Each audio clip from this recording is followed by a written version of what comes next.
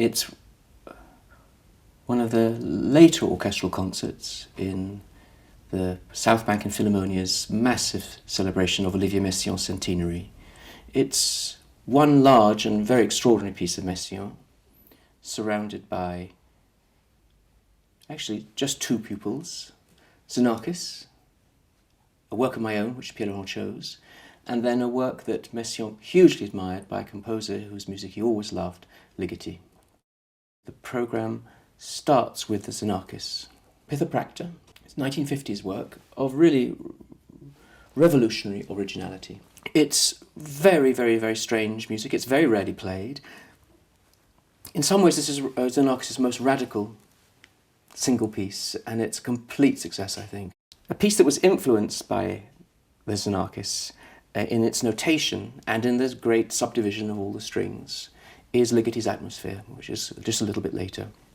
It's famous to people for having been used very remarkably in Kubrick's 2001. Mainly an extremely soft, slow-moving piece. The first page is just one huge clustered chord lasting about a minute or more.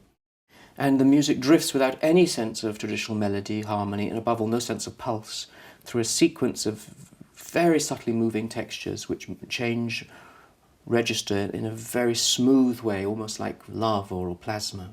My work is a piece that cost me many years of work, because the whole idea behind the piece is, I hope, a lightness of touch and to treat the orchestra as a vast chamber resource rather than a massive, huge, monolithic object. On the wall here I've got a picture of, people don't know what it is, but in fact it's a flock of starlings, about 1 million of them, and they make these incredible shapes, sometimes splitting into 3 or 4 or 5 balletic forms and then reforming into a single tight ball, then splitting out into strata. And I saw that in Rome while writing this piece, and in a way the form is a little bit like that.